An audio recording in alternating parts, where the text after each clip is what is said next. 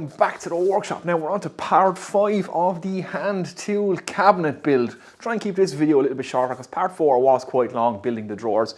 But the drawers are all done now, so I'll take you through that and I'll take you through all the updates on the cabinet. But for this episode, I want to put in a nice sapele pelmet up here. So that's what we're going to concentrate on, and I want to add the cabinet spotlights as well. So I'm going to put a couple of nice little lights similar to what I had in my previous cabinet up in here hidden behind the pelmet, and I want to incorporate the magnetic tabs as well into it because they look a little bit ugly just sitting out there like that. So it's going to be a nice simple plain pelmet because my wood carving skills aren't up to too much. So we're going to mirror the style of our sawtail with the sapele sides we have here. So we'll do something similar. We'll put some nice curves in it.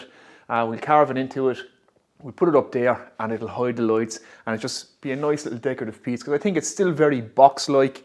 It's nice with all the hardwood accents that we're adding to it with the drawers and stuff like that. So we'll mirror the sapele up here just to give it a little bit more detail, and it's not so much like a plywood box. So that's what we're going to do in this episode. I'll try and keep it a bit shorter this time and we'll crack on. So let me just take you through some of the updates on the cabinet and then we'll get on with the build. Okay, I suppose the first thing to notice, and that's all our drawers are finished. So all 7 drawers are now done, and it's the continuous piece of sapele across the front. So that grain runs across all our drawers, which looks quite nice. Now, as always, that was a slight little mistake. This one I made off camera, so you saw me make the first 3 drawers. When it came to the 4th drawer, working late at night, I made a slight mistake, but I recovered well from it. So I marked the tails into the pins the wrong way around. So this board was facing out this way. This board was facing in this way. So I cut the pins the wrong way around. So I had to recut the pins, fit the tails in and fill them. I'll roll in a close-up shot of the joint now. If you were following me on Instagram, you would have seen it. I shared it in my story on Instagram, exactly what happened and how I fixed the issue. But yeah, it recovered well. A little bit of sapele dust I took off the pillar drill, mixed it in, filled the joint with some glue, packed it and mixed it again and planed it flush, and you can barely even see it. So let me get you in for a little close up of the joint and I'll show you exactly what I had to do. Okay guys, so here's our joint. Now if you can imagine, the board was coming in this direction, so the wide part of my tails was on this side. So I marked it the wrong way around. I just put it in the vise, put my tails on it and marked it the wrong way around. These things can happen when you get tired. So I had to recut the joint. So the wide part of the tails was on this side, so you can just see it in here. There's where I had to, that's the original cuts for the joint. So I had to put the tails back on, remark it and cut them this way. And then what I did was filled the gap with some sapele dust and fibres mixed with some wood glue. And you can barely see it now, and the joint is strong enough. So it's going to be absolutely fine. And I had to keep that piece of sapele because it was continuing across all 7 drawers. It's a pity it didn't happen in the video because it would have been a nice little video to make of how to recover from this kind of a mistake. So we recovered well. If you really get up close, you can see it. But like I say, everything is not lost. We can always add wood to wood, and that's just a nice little one to recover with. So there we go. Now another little thing to point out, and one of you guys only commented on this in the last video, is the drawer construction itself. So normally on a standard drawer construction you would keep the tails on the same side, so you would have your tails here and your tails here. I didn't do that. I intend on using these like boxes. They're going to carry some heavy implements and I'm going to pull them out and leave them on my worktop and kind of use them that way. So I wanted them to be a little bit more robust. So I said what I'd do was I'd put the tails across the back just to give it a little bit of structural integrity this way, because the only pulling force really on a drawer is on the front. So we need our tails in that direction. So I said, why not do it that way, see how it works out. And like I say, they're quite heavy duty, so they're quite thick sides and fronts and backs on these drawers, because I intend to use them as little boxes as well as drawers. So I can just come over here, pull out my drawer, leave it on my bench and work away with whatever I need. That's kind of the idea behind these. So congratulations to one of you guys. One of you guys was awake and you spotted the fact that I kept my tails to the back instead of to the side, and that's not a traditional drawer construction. I just thought I'd point that out because I don't want to mislead anybody or give you guys any false information. On a standard drawer, a normal drawer, you would keep your tails here and here. You wouldn't put them across the back normally, but I did. So that's one point I just thought I would point out to you. So let me give you a close-up of what's in the drawers now, and I'll show you some more of the cabinet. Okay, very quickly, just give you a quick look at the drawers. Now, I'm pretty happy with how they all turned out. The dovetails on them are pretty nice. A little bit of tear out on the front with the sapili, but I'll get some cabinet scrapers and we might adjust that in a later video. But yeah, pretty happy with how the dovetails all turned out. By the time I got to the end, my dovetails were looking pretty nice, I have to say. So I'm happy that my hand-cut dovetails have really come on. Now, the drawers themselves, I just have little plywood stops on the inside just to stop all the drawers. Work out nicely. My first drawer, I just have my honing guide, so that's quite heavy stuff, so it's nice to have a kind of a robust drawer in there. The second drawer then, we have all the attachments for my plough plane, the various cutters and things like that. There's all the attachments for the router plane, little bits and pieces like that. I was keeping in this one then all my stuff for my hand tools, so my Protect tool, my Alfie Shine. You've seen me use this stuff before, so it's the anti-rust kind of stuff and the stuff to keep your handles and the wood parts of your plane all in good condition, so that sits in there.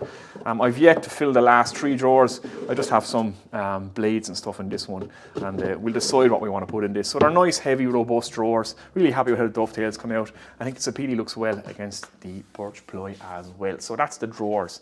Let's get on with the rest of it. Okay, very quickly just with the doors then, a couple of things to point out here. So I've added a third hinge. So one of you guys in the comments just said to me, why don't you put a third hinge in and face it the other direction, just to put some of the stress back into the cabinet. And I thought to myself, that's actually a pretty good idea. So I might just actually do that. So I turned the middle hinge in the way, again, just to put some of the stress into the cabinet, because we have, we're well cut out this way into the doors. So the doors are quite heavy, and once you add more and more tools in them, I thought a third hinge, it's not going to do any harm, and facing it in the way, putting some of that levering force into the actual cabinet itself is not actually a bad idea. And another thing to point out as well, the brass screws I was using, I was calling these brass screws, they're actually steel plated screws. So they're plated with brass, they're not actual brass screws. So just some of you guys mentioned that in the comments, did I use actual brass screws or are they plated screws? They're steel plated with brass. So they look nice and decorative, but obviously they're a little bit stronger than just basic brass. So that's it. So that's the doors. Let's get on with the build now. Okay, we have a rough cut sapili board here. Going to use this. This is just over 6 inches. I think it's at 6 3/4 inches by 1 inch in thickness, so about 170 mil by 25 mil. And I'm just going to cut it to length on the miter saw, and then we're going to finish the rest of it with hand tools, hopefully. So we'll get on and do this now. So let's just get this cut to length, and then we will dimension this board up using the hand planes. Let's do that.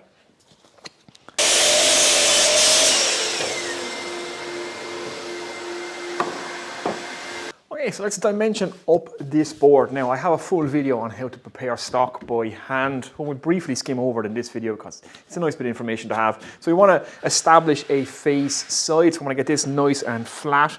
Make sure we're flat along the length of this board and there's no twists in it. So once we establish that, then we can establish a face edge, which is exactly 90 degrees to this. And once we have those two planes established, we can get a parallel face side and a parallel face edged. And then we know this board is correctly dimensioned. So very quickly, it's actually pretty flat. You can always just check with your hand plane. Your hand plane has a good straight edge. This board is actually pretty flat and it's in pretty good condition, so it shouldn't take us too long. So it's just a case of elbow grease, get this board nice and flat.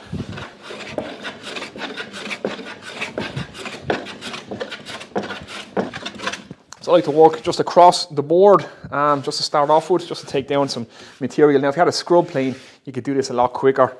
You could hog off a lot of material in a hurry, but it's good just to go across the board, just to take down the edges, and then you can work the length of the board.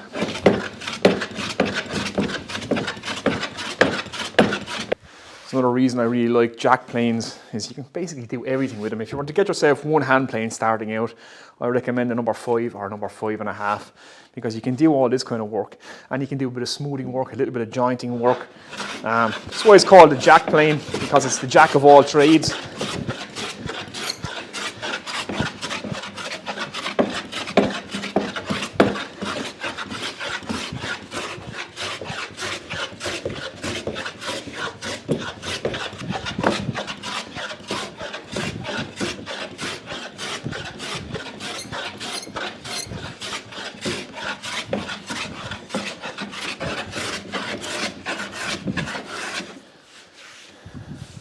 Okay, so now that it's relatively flat down along, just very quickly with the jack plane ran over it, it's pretty good down along. So I want to take some long strokes now. I'm going to break out the big number 7 because I really like using it and I don't get that much opportunity. But Sapele is absolutely notorious for tearing out, and I'm getting some tear out no matter which direction I plane. It seems to be tearing out in the same spot, which is a bit of a nightmare. But so I want to put a really sharp edge on this, and I'm going to use the number 7 then to reference the whole length of the board to get this top nice and flat. But we got to put an edge on it first, so let's do that. So lately I've really taken to hand sharpening. It's so much quicker, and once you get it down you can really put a wicked edge on it in no time, and you get back to your woodworking rather than setting up a jig. I quite enjoy the hand sharpening, and it works on this Scary Sharp system with the float glass and the 3M tape. You've seen me review this before if you're watching this channel, and you can absolutely hand sharpen. So we'll bore all the way across at the back of that, established already just with a few strokes. Then we'll just work our way down through the grits.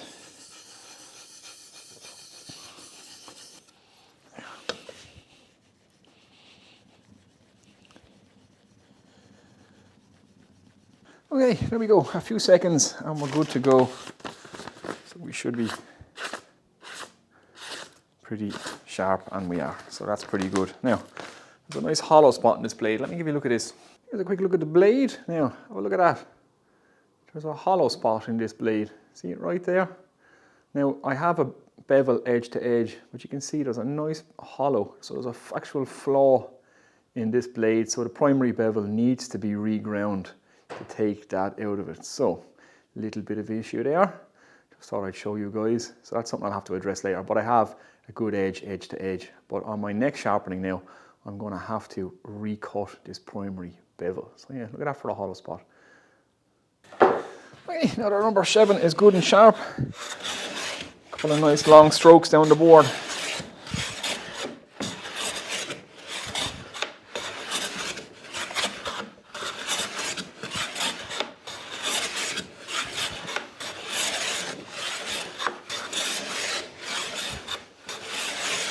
And just check as we go.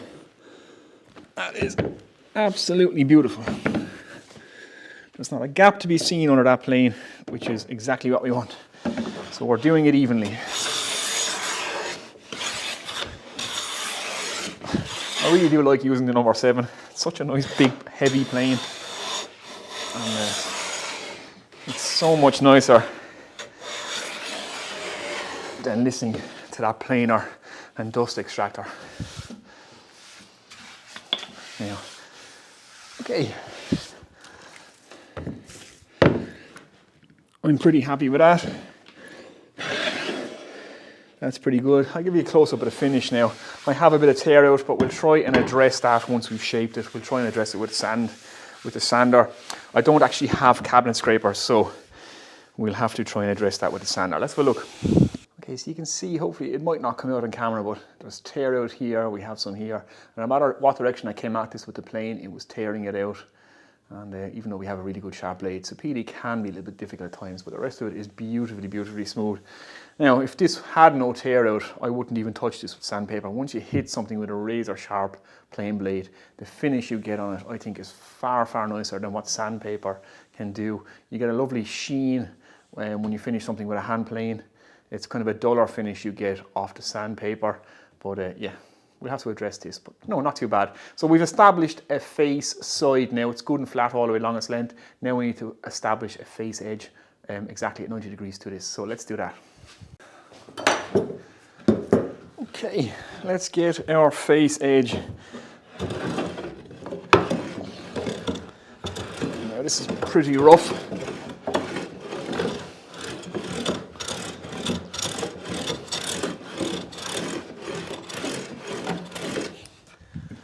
Hit it with a jack plane first, I think, just to get some of them, I think, heavy saw marks off it, because the number 7 is just riding across the top of all of them.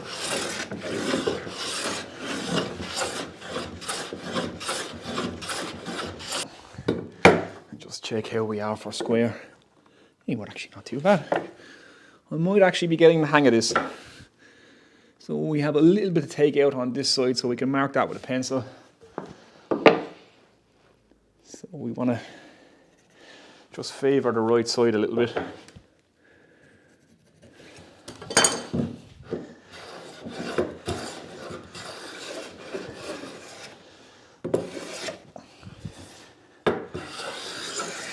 That should do. Not bad. Okay, a couple of strokes to number 7.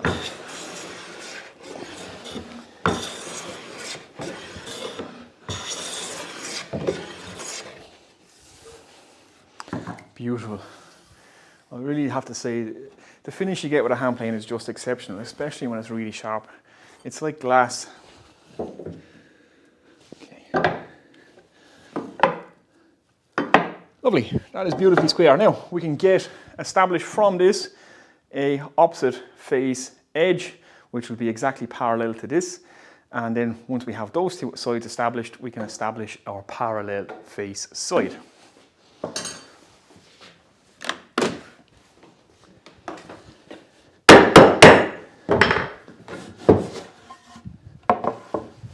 Okay, so we want to establish a parallel face edge to this one, and that's important so that we can establish a parallel face side. So normally what you would use is a panel gauge. My marking gauge is just a little bit too narrow, so this is our nice square face side. We have that marked, and we'd use that then to reference our other one. So we'd pull a line down along its length, which will give you a line exactly parallel on this side, and you can work to that with your hand plane. I don't have a panel gauge, and I don't have a marking gauge long enough to get across there. So I'm just going to do this with rulers. So I'm just going to mark my narrowest point. I'll measure this board the whole way down. I'll find my narrowest point, and then I will mark a line at that measurement the whole way down this board and just draw a straight line on with the ruler. So I'll get on and do that, and I'm going to work this edge down because I started out not to make a long video and it's probably getting long already. So once I have that done, we'll jump back in. So like I said, I'm going to find the narrowest point of this board, the narrowest measurement, and then I will mark that the whole way down the board with a nice straight line that's perfectly parallel to this, and I'll plane that down and we'll jump back in. Here's another little tip for you guys, a little handy one. So again, if your marking gauge is not big enough to establish a parallel line, you can use your combination square. So run your combination square down your face edge that you've already established, and just put your pencil here. So set this to the lowest point on this board, the narrowest point of the board, and you can just pull this on down. Just take your time, make sure you're keeping that square running on that edge. Again, just take your time and pull that line all the way down, and that will establish a perfect parallel line for you. So I'll just give you a reference line to work with on your board. So nice little tip for you. Okay guys, there we go. We have our parallel face edge established there now, and we are perfectly square all the way down along. Now I've just worked it to that pencil line exactly, so that's going to be good enough for this build. It's always nicer to work to a marking gauge line or a knife line because you can see the fibres just break away as you hit that line perfectly. So it's a little bit harder to work to a pencil line, but that's pretty good, and it's perfectly square the whole way down. Now we can establish an opposite face side, a parallel face side. Let's do that. Okay, to establish a parallel face side, we're going to use our face side as a reference. We're going to take our marking gauge, we're going to set that to the narrowest point of our board, which I have done. We'll take that then, and again, always going from your face side. Everything you do, once you establish your face side and face edges, they are always your reference side and edge. You always mark from them. So, I'm just going to pull a line down the length of this board now. The marking gauge. Again, I've set it to the narrowest point on this board. So that'll give me a nice gauge line now to work to. Right there. And then if I flip it over and do the same thing on the opposite edge, which we now know is parallel and good and square, referencing again our face side, pull that line down. Now, what that's given us is from our face side, we have two perfectly parallel lines now established. So if we work this rough face now down to this line and this line, we'll have established a perfectly parallel face. So that's why we have to establish a face side and face edge first, then an opposite face edge, and then our face side. So we have two perfectly parallel lines now either side of this board that we can work to with our hand plane. So I'll get on and flatten that now down to these two lines. And when that's done, we'll get shaping this thing and make the pelmet.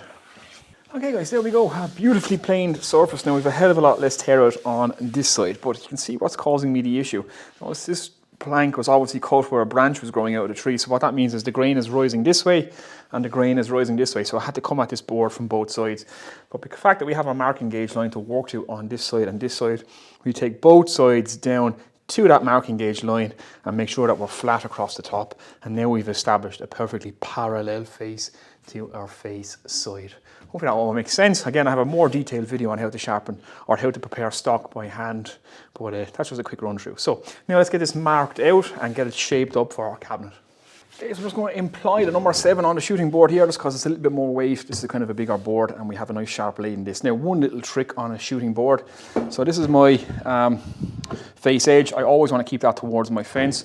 But before I do that, just to stop myself getting any breakout on this end, I'm just going to angle this off the fence slightly, and we're just going to put a little chamfer down this end just to take off that corner.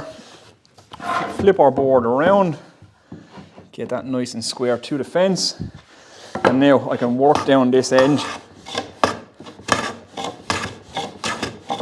You can see, I'm probably not coming out on camera, but I have a nice gap here now where I put my chamfer, so I'm not breaking out the end of this piece of timber. So I'm going to work down till I can't see this gap down here anymore, and it just stops you breaking out the end of your timber.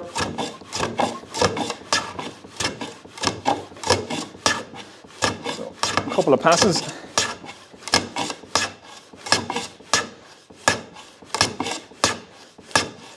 And we're almost there. I'll give you a little close up. So this is where my gap was, where I put my chamfer. Now it's almost completely closed up. You can barely see it, but all we want to do is work down to that until we get a perfect edge all the way along the sole of our plane. We're not too far away. Yeah, that's good. We're going to stop there because we'll start breaking out again if we're not careful. So that's just a little tip for you. Flip your piece over, a little chamfer on this corner, flip it back, put it against the fence, and then work back to that chamfer to stop you getting breakout on the end of your piece. Now, I'll continue to size this up, and when we have it sized up, we'll get it marked up and we start shaping it. Okay guys, we have our piece now. It's cut to size, it's fit into it's squared up and it's fitting nicely. It's nice and snug. Now, I want to mark something out, a nice design on this. It's just going to be a straight piece that we're going to cut out. So we're going to put some curves in it, and we'll just put a nice little bevel edge on it. Maybe just a little round over edge on it. It'll be nice and plain, but we want to get a nice kind of curly design into it.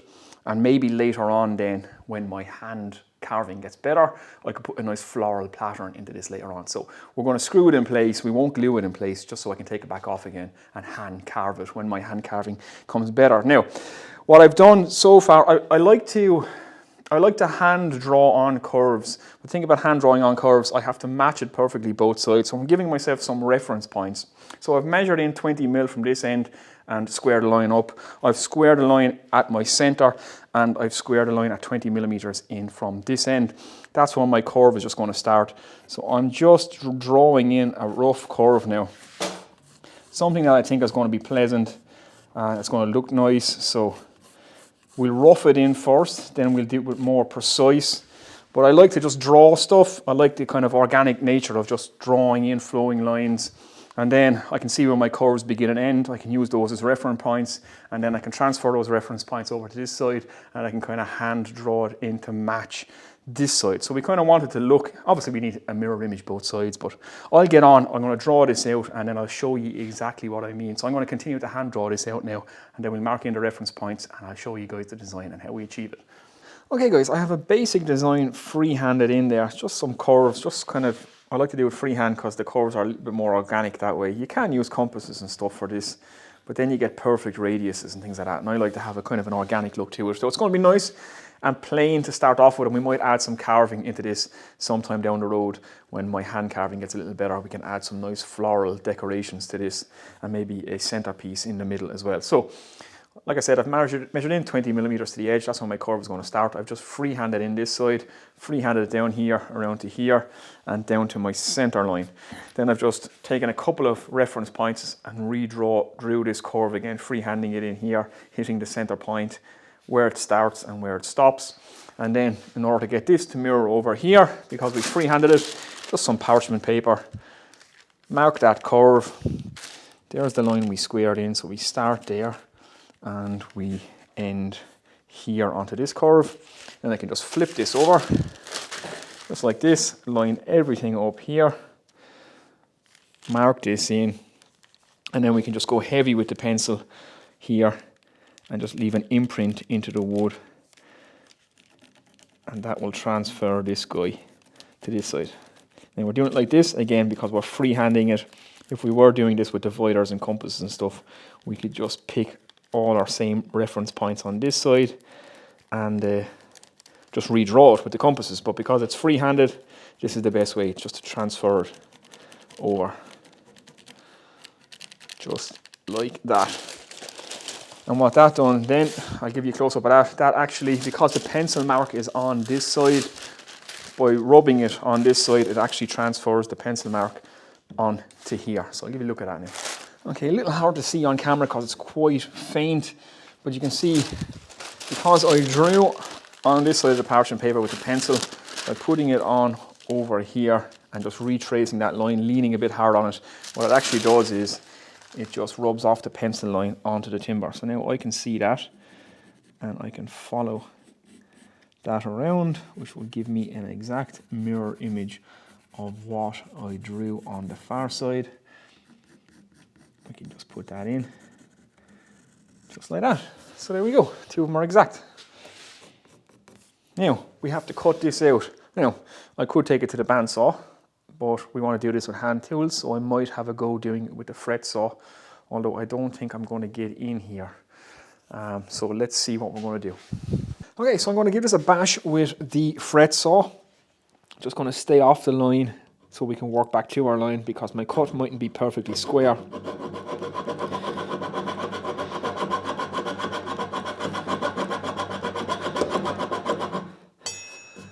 And we'll see how this goes. Okay, so I took it to the bandsaw. I'm not that much of a sadist. I wasn't staying all there with the fret saw and the coping saw, so I just ran it to the bandsaw and did it in 5 minutes. I would need a much bigger coping saw to get through that, and yeah, I'm not doing that. So now it's a case of shape this back, so we're going to be using the rasp, so the Japanese saw rasp. You've seen me use this before, you know it's one of my favorite tools. So I got to work this back to the line. I have a couple of nice hand stitched rasps as well, kind of round back rasps that I got from Workshop Heaven, so I'm going to be using them as well, just to get into those curves. Now what I don't have is any coping saws or anything, or sorry, what I don't have is any spoke shaves. Everybody is out of spoke shaves. At the time I'm making this video, it's hard to get any tools, and everybody seems to be sold out of cabinet scrapers and spoke shaves, so I will be adding them to the tool cabinet. So I have a lot of hand shaping to do here. I'm just going to work to my line, so I'm going to get on and do this, and when I have this all done, I shall get back to you.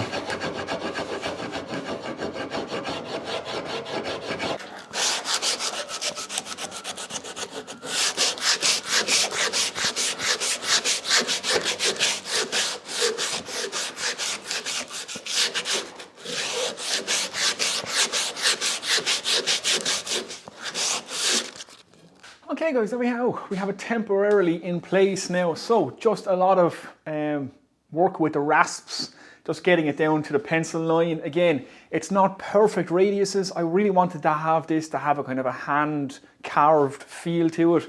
I want it to be in contrast to the plywood. So the plywood has a very, very straight manufactured machine-like edge to it.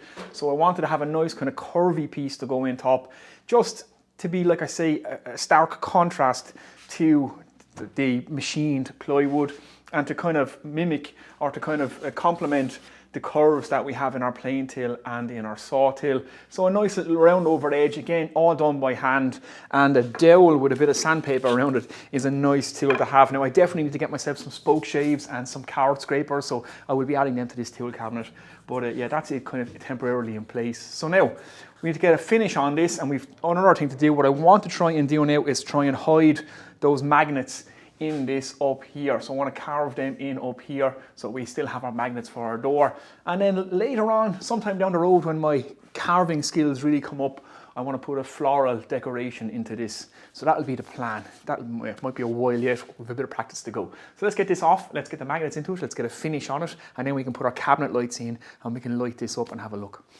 Okay guys, there we go. Our two little magnets are in, and I've hit it with a couple of coats of Danish oil, so that will darken up lovely. So sapele gets really dark over time, and that will be quite nice. Now it's nice, plain and basic, and a hand carved look, which is exactly what I wanted to go with. And my aspiration is sometime down the road to put a real decorative carve into this once I practice my hand tool carving. So now we're going to get it in place. I'm going to screw it up to the cabinet. I'm going to screw it through the top where you won't see the screws. I'm not gluing it, like I said, because I want to be able to remove this later on and have a go at putting a really nice carve into this, just to, you know, give it a little bit something special. So that'll be down the road, but for now we're going to get it in place. Then we put our two cabinet lights in place behind it, and we'll have a look. Let's do it.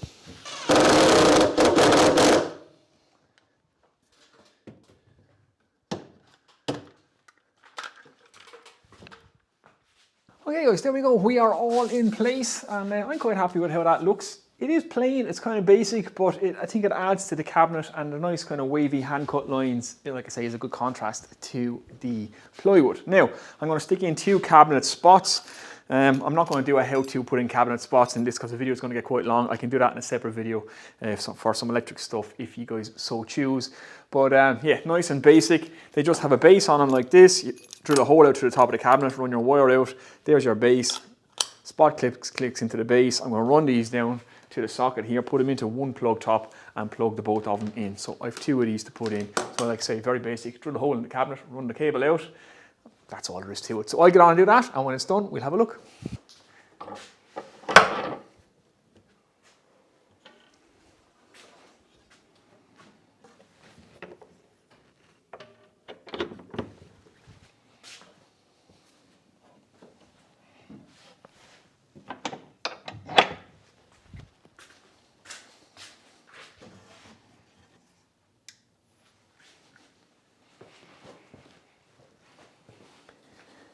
Right guys, there we go, that's it for this part. This is part 5 of the hand tool cabinet. So we've just added the sapele pelmet and a couple of nice decorative lights inside in there just to set the whole thing off, and I think it looks really, really nice there now. So it's a nice blank canvas is what I'm looking at this as. So this will be something I will be carving a nice decorative design into in the future. So it's just a nice, plain, simple pelmet.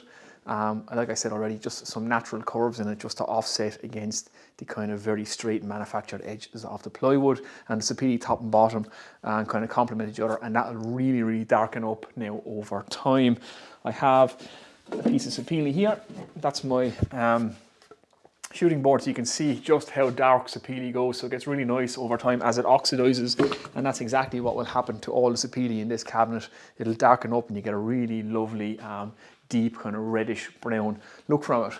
So there you go guys, hopefully you've got something from that. I know it's simple enough, but a little bit of information on how to prepare stock by hand. Hopefully you found that useful. Hopefully you've enjoyed it. Hopefully you're enjoying the hand tool cabinet build, and hopefully you're getting something from it. If you are, give the video a thumbs up. Any comments, any questions, as always guys, just leave them in the comment section below. I will get back to you. All the links to all the resources, as always, are in the description of the videos. So yeah, hopefully you've enjoyed that one guys. And again, if you're new here, think about hitting the subscribe button, and a massive thanks to everybody over on Patreon. Your support is really helping me get all these projects done guys, so that's absolutely fantastic. And again, I can't thank you guys enough. So there we go guys, I'm going to get out of here now. That's part 5 of the hand tool cabinet build. Yeah, hopefully you've enjoyed that one guys. I'll see you in the next one.